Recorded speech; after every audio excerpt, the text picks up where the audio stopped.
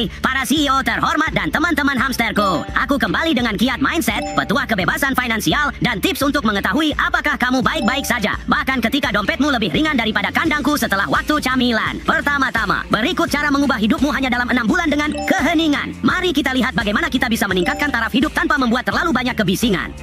Apa yang akan kamu lakukan untuk mengubah hidup seseorang dalam 6 bulan sampai dia merasa benar-benar melihat perubahan? Ya, itu kupikir pertama-tama itu mungkin pertanyaan terbaik karena mayoritas dari mindset mentor adalah langkah-langkah dari semua ini. Podcast yang berbeda saat ketika aku menulis buku yang baru kuterbitkan tahun lalu, aku berpikir, apa yang harus kulakukan? Jika aku melihat 400 episode podcast mindset mentor, apa yang sebenarnya kulakukan? Dan intinya adalah cara bagaimana memahami diri sendiri sehingga kamu bisa mengambil tindakan. Aku pikir hal pertama yang mungkin paling penting adalah apa yang terasa benar. Secara pribadi aku yakin, dan aku tidak religius dalam hal apapun, tapi aku yakin bahwa Tuhan, alam semesta, kehidupan berbicara dalam keheningan. Jadi semakin banyak keheningan yang bisa kudapat, semakin jelas aku bisa mengetahui apa yang seharusnya kulakukan. Jadi kapanpun aku berada dalam keheningan dan aku merasakan sesuatu, aku meyakini perasaan itu dengan sangat dalam, dan aku tak keberatan untuk masuk ke kegelapan apapun yang mungkin ada di depanku dan tidak mengetahui jalannya. Jadi menurutku perasaan adalah hal yang utama. Menarik. Oh, jadi yang perlu kulakukan untuk memahami hidup adalah diam?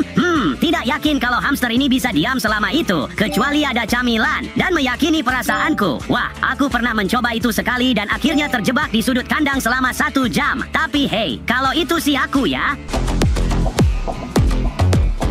Mari kita membahas tentang kebebasan finansial. Pembicara kita ini mempunyai pesan yang sederhana tapi kuat. Jika kamu ingin lebih banyak uang, kamu hanya perlu melakukan satu hal saja. Aku siap untuk menjadi kaya dan membeli semua camilan di toko. Jadi mari kita mulai.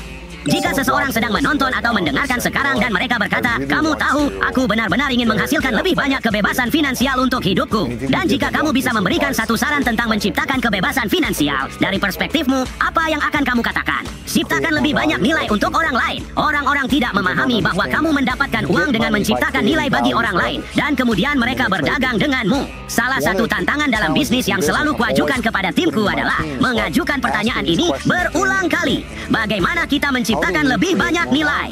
Baiklah, aku akan mencobanya. Bagaimana dengan ini? Aku akan menukar sebuah cuitan yang bagus dengan beberapa camilan ekstra. Setuju? Tapi serius, ini masuk akal. Jika kamu ingin mendapatkan secuil keuntungan finansial, kamu harus fokus pada cara kamu membantu orang lain. Saatnya untuk berpikir teman-teman, bagaimana seekor hamster bisa membantu dunia? Bagikan ide-ide kalian di kolom komentar. Aku butuh bantuan kalian kawan-kawan hamster. Lalu, ini untuk siapa saja yang merasa stres mengenai keuangan. Ada 2 tanda bahwa kamu sebenarnya jauh lebih baik daripada yang kamu pikirkan, meskipun kamu tidak punya kapal pesiar di garasimu. Spoiler, ini bukan tentang apa yang kamu miliki. Tunjukkan petua uangmu, Nisha. 2 tanda bahwa kamu sedang dalam kondisi finansial yang baik, meskipun kamu merasa sebaliknya. Ini berasal dari seorang akuntan berkualifikasi dan mantan bankir investasi. Nomor 1, kamu fokus pada kekayaan. Masyarakat sering mengukur kesuksesan dengan status, ukuran rumahmu, merek mobilmu, label pada pakaianmu. Namun 40% orang tidak memiliki cukup uang simpanan untuk membiayai diri mereka sendiri selama 1 bulan tanpa pekerjaan. Jadi mereka kehilangan pekerjaan dan 1 bulan kemudian mereka bangkrut. Jika kamu melihat orang lain dan merasa tertinggal secara finansial karena kamu tidak memiliki hal yang sama dengan mereka, ingatlah bahwa kekayaan diukur oleh hal-hal yang tidak terlihat, bukan hal-hal yang terlihat. Nomor 2, membandingkan diri dengan orang yang salah. Studi menunjukkan bahwa seseorang yang teman-teman dekatnya berpenghasilan $50.000 setahun akan merasa buruk soal keuangan mereka sendiri jika mereka sendiri berpenghasilan $40.000. Tapi orang yang sama akan merasa baik soal keuangan mereka jika teman-teman mereka berpenghasilan $30.000. Masalahnya di sini, ini adalah siklus yang tak pernah berakhir. Akan selalu ada seseorang yang menghasilkan lebih banyak darimu. Jadi ingatlah, keuangan adalah perjalanan pribadi, bukan perlombaan melawan orang lain. Jadi kesuksesan bukanlah tentang barang-barang besar dan mengkilap. Aku malah berpikir aku butuh kandang yang lebih besar untuk membuat gerbil di sebelah terkesan. Ingat, keuangan bukan tentang siapa yang memiliki simpanan biji-bijian terbesar, tapi siapa yang menggunakannya dengan bijaksana. Kalau mau lebih banyak petua, jangan lupa like, subscribe, dan sampai jumpa di video berikutnya ya. Dan ingat, hamster adalah kekuatan. 1 untuk semua dan semua untuk 1. Sampai jumpa.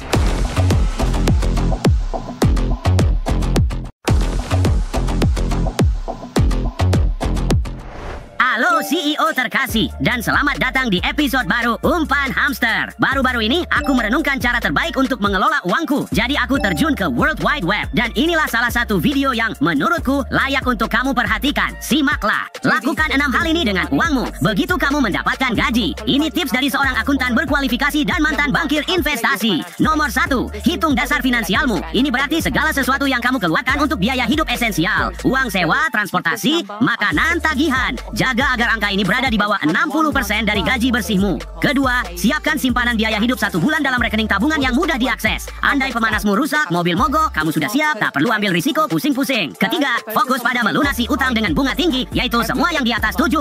Setelah itu, maksimalkan kontribusi yang sesuai dengan dana pensiun di tempat kerjamu. Ini adalah uang gratis yang tidak bisa kamu ambil kembali. Kamu harus menggunakannya tahun ini atau kehilangan kesempatan itu. Langkah kelima, bangun dana daruratmu hingga 6 bulan dari biaya hidup esensialmu. Langkah keenam, mulai berinvestasi ke dalam akun bebas pajak seperti ISA, akun Nisha. Coba dan ikuti aku untuk lebih banyak tips lagi. Nasihat yang cukup solid, benar-benar mendasar. Bagiku, poin-poin utamanya adalah menyimpan biji-bijian, membeli keju, dan membayar pembersihan kandang. Selain itu, aku akan mengikuti tipsmu. Terima kasih, Nona. Selain pendapatan utama dari gaji, jangan lupa tentang layanan perbankan. Terkadang kamu melihat kartu kreditmu dan ingin membeli sesuatu, apapun itu, hehe. Jadi mari kita dengar beberapa pemikiran tentang ini. Kapan sebaiknya kamu menggunakan kartu debit dan kapan sebaiknya menggunakan kartu kredit? Kamu sebaiknya hanya menggunakan kartu debit saat menarik uang tunai. Jadi kamu menggunakan kartu kredit untuk membeli segalanya. Ya, saat aku membeli sesuatu, aku mendapatkan poin yang bisa kugunakan untuk mengklaim cashback dan penerbangan gratis. Enggak sepenuhnya gratis sih. Kalau kamu harus membayar bunga, aku tidak membayar bunga apapun karena aku melunasi kartuku sepenuhnya setiap bulan. Tidak, itu tidak sebanding dengan risikonya. Tidak menggunakan kartu kredit jauh lebih berisiko karena jika terjadi sesuatu seperti itu, mereka bisa menguras rekening bankmu sepenuhnya. Aku tidak perlu khawatir menggunakan kartu kredit karena aku bisa membantah tagihannya dan tidak akan kehilangan uang sendiri. Sungguh, pendekatan yang sangat bijaksana. Tapi kuncinya adalah moderasi dan membayar semuanya tepat waktu untuk menghindari biaya yang besar. Ketahui aturannya, rencanakan ke depan, dan kamu tidak akan pernah merasa bingung, teman-teman. Ingatlah bahwa kartu kredit bukanlah sekadar bantuan yang diberikan bank dan lembaga lainnya kepada kita. Ini adalah industri yang menghasilkan uang dari orang-orang. Tidak percaya? Inilah bukti lainnya. Jika aku menghasilkan $50.000 setahun, pasti aku hanya memiliki daya beli $50.000. Kamu akan berpikir begitu. Tapi tidak, kamu punya lebih karena kredit. Kita hidup dalam ekonomi berbasis kredit. Jadi jika aku hanya bisa menghabiskan $50.000, itu berarti aku hanya bisa merangsang ekonomi dengan $50.000. Dan disitulah strategi keuangan yang cerdas ini masuk dan berkata, nah, bagaimana kita membuat seseorang yang menghasilkan $50.000 setahun merangsang ekonomi sebesar $80.000 setahun? Kartu kredit, jalur kredit, bentuk hutang lainnya. Itulah realitas sekarang. Lalu apa itu hutang? Kamu mengambil pendapatan tahun depan, menghabiskannya hari ini, dan kemudian kamu membayarnya kembali tahun depan ditambah bunga. Jadi sekarang kamu terus-menerus bekerja hanya untuk membuat orang lain kaya. Kamu bekerja untuk membuat bankmu kaya. Kamu bekerja untuk membuat Gucci kaya. Kamu bekerja untuk membuat semua orang kaya, kecuali dirimu sendiri. Wow, banyak dari kita yang sudah tahu ini, tapi mendengar itu dijelaskan dengan begitu blak-blakan benar-benar membuatmu berpikir. Bukan, itulah kenapa sangat penting untuk berhati-hati saat berhutang. Kurasa aku akan membatalkan sofa kulit yang kupesan untuk kandangku. Yang lama masih cukup layak kok, hehe. Teruslah mendengarkan untuk mengikuti semua pengetahuan finansialmu. Sampai jumpa di episode berikutnya, dan ingat, hamster adalah kekuatan, satu untuk semua dan semua untuk satu.